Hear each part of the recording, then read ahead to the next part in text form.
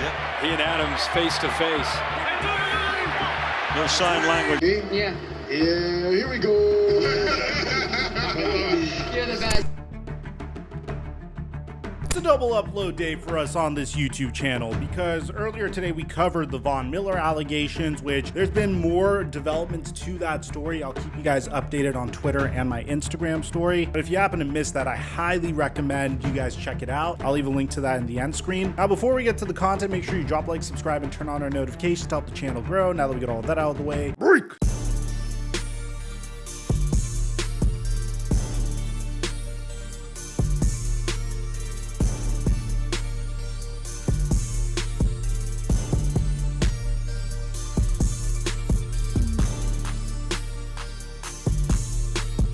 Mic check 1 2 1 2. What's going on, everybody? You guys already know I am a die-hard Dallas Cowboy fan, and I usually get all my delusional Dallas Cowboy anti-Philadelphia Eagles takes out on my Twitter account. But whenever it comes to the Dallas Cowboys, I'm a firm believer in the Dallas Cowboys cycle, and I'll rationalize the cycle from time to time. For those of you guys that aren't familiar with the Dallas Cowboys cycle, as much as I hate to admit it, we are notorious for the season starting, then winning some games, then fans getting their hopes up, then saying, "We done boys, this is our year," which I will admit I am very guilty of.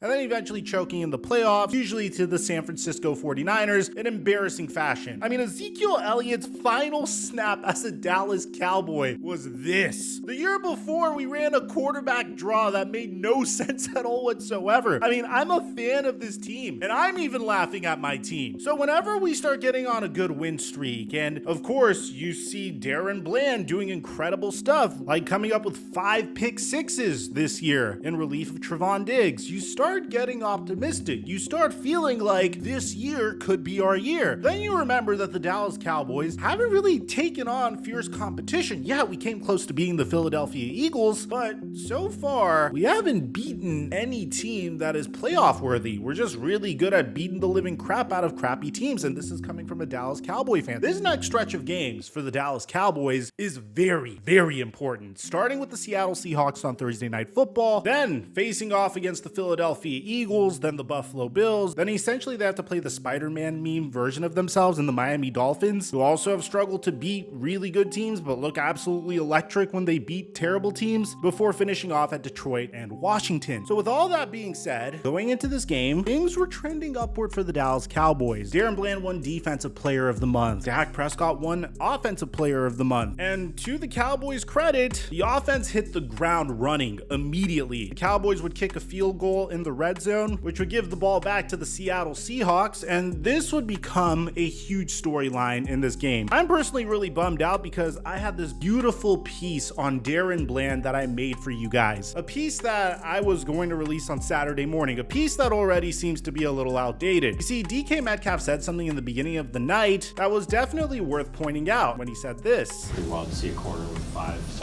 I know, I was thinking like, he got more touchdowns than me. And well, it didn't take DK Metcalf very long to get his revenge. He would immediately get a 73-yard touchdown to go up 7-3 against the Cowboys. Now, the Cowboys would answer back with a touchdown of their own to CeeDee Lamb, but the Seahawks would go back into the red zone, but fortunately would miss a field goal. The Cowboys would get the football back, drive up the field 11 plays, it would result in a Brandon Cooks touchdown. And then the Seattle Seahawks would get the football back once again and go all the way down the field. And thanks to a little bit of ref ball, including a defensive pass interference on Evans and a defensive pass interference on Stephon Gilmore, the Seahawks would be able to get another touchdown. Cowboys would finish off with a field goal and would give the football back to the Seahawks once again. And this became a huge storyline in this game. It seemed like Darren Bland was getting absolutely cooked out there. I mean, throughout the night, I even tweeted out this. Geno Smith threw a pass to Jackson Smith-Njigba that looked like a touchdown, but since the ball moved in his hands, I guess it wasn't a touchdown. And even if it wasn't a touchdown, it was a defensive pass interference on Darren Bland. To give you an idea of how terrible Darren Bland has been in this particular game, by halftime, he was targeted 6 times, and it resulted in 5 receptions for 137 yards and 1 touchdown, which means that the Seattle Seahawks really did their homework and just decided to come out for Darren Bland, gunning at Darren Bland. Now, the worst part is the Seahawks would start the second half with the football, and what do you think ended up happening? They would drive all the way down down to the red zone and conclude with a touchdown run by Geno Smith to go up 28-20. So this was a hell of a shootout. Now, this game was a nomination for Game of the Year for me. The one problem I had about this game in particular was the fact that it seemed like there was way too much ref ball involved. I mean, not only on the Cowboys side, on both sides. It got to a very frustrating point, so much so that Al Michaels said this. Take the rest of the night off and let Cleek Blakeman call the game. You buying? Sure. Now here's where it gets really poetic. Darren Bland would be able to get a pick off of Tyler Lockett to set up the Dallas Cowboys in a remarkable position. But unfortunately for the Dallas Cowboys, following this Darren Bland redemption, on 4th and 2, CeeDee Lamb would drop the football, which squandered a great opportunity to take back the lead. But I'm not really gonna hate on it because, well, that's been the theme of this game so far. The Cowboys have been very, very aggressive. The Seattle Seahawks would then get the ball back, make good use of the field position, and conclude their drive with a DK Metcalf touchdown. This man scored 3 touchdowns in one game. He definitely had a huge chip on his shoulder from the fact that Darren Bland had more touchdowns than he did. The Cowboys would answer back with a field goal, and this is where things would get really interesting, man. Seattle Seahawks had a 10-play drive up 35-30 that started with 11 minutes left in the 4th quarter. There were some really gut-wrenching plays for Seattle Seahawks fans here. One being a beautifully ran route by Tyler Lockett that resulted in a dropped pass. Ironically, Darren Bland was covering him here again. So luckily for him, it was dropped. And then eventually the Seattle Seahawks found themselves on a crucial 4th and 1 where they were depending on Zach Charbonnet to pick it up down the middle, but DeMarcus Lawrence was able to stop him, giving the Cowboys perfect field position, which would result in Dak Prescott and CeeDee Lamb connecting with each other on 3 different occasions before concluding the drive with a Jake Ferguson touchdown, and the 2-point conversion was good, putting the Cowboys up by 3 points with about 5 minutes left to go in the game. The Cowboys would get a huge stop on the Seattle Seahawks, and when they would get the ball back, they were able to drive up the field and consume a minute and a half of clock. Now on 4th and 3, they had a huge decision to make. Do you kick the field goal or do you go for it? The Cowboys took the conservative approach, and to be honest, I don't necessarily know if I liked this call. I mean, yeah, it worked out for sure. I would have preferred for Mike McCarthy and the Cowboys to go for it. Personally, I just felt like if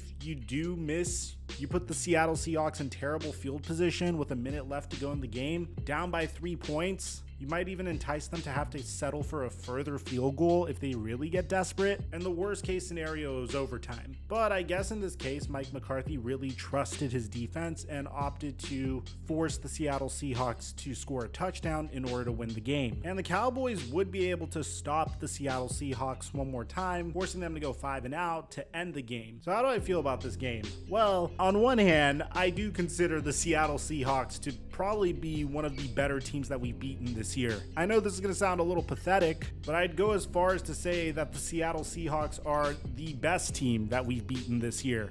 I mean, it's either them or the LA Rams, but the LA Rams record is way worse. So do I feel satiated? Do I feel optimistic about this Cowboys team? Yes and no. On one hand, it was kind of terrifying to watch Darren Bland get exposed so heavily on national TV. On the other hand, Dak Prescott has been playing the quarterback position masterfully. I mean, just watching his maturation as a QB, I've always been a firm believer that if you surrounded Dak Prescott with good offensive weapons, he would be able to get the job done. And tonight, in this case, he did. He played masterfully against the Seattle Seahawks, and the Cowboys were able to put up 41 points. But at the same time, they had 35 points put up on them. The defense did come up with some signature moments to get the win, but I am concerned about the team that we have to face off next. About a month ago, the Philadelphia Eagles played against the Dallas Cowboys, in a fairly controversial game, I might add. And I do think there was some ref ball involved. I think we put up a great fight against them, but of course, we came up with an L. And there's nothing that would make me feel more confident in this Cowboys team, make me feel like this year is different than all the other years, than if we were able to beat a fully healthy Philadelphia Eagles team with Jalen Hurts starting under center. Following that, we have the Buffalo Bills. Following that, we have the Miami Dolphins and the Detroit Lions. So you could essentially make the argument that the playoffs kind of start now for the Dallas Cowboys. You worked all year to get to this point, to show whether or not you're good enough to actually make a dent when time comes to make it into the playoffs, assuming you make it into the playoffs, barring some freak situation that happens. Either way, at the very, very minimum, I felt like this was a very entertaining game. It was an exciting shootout between both teams. I do have my concerns, but overall, I'm happy we got the W. Let me know what you guys think in the comment section down below. If you're a Cowboys fan, do you feel a little bit more optimistic this year in comparison to other years? I like to hear what you have to say. Aside from that, I'm your boy Mike. I'm dropping our mic until our next upload.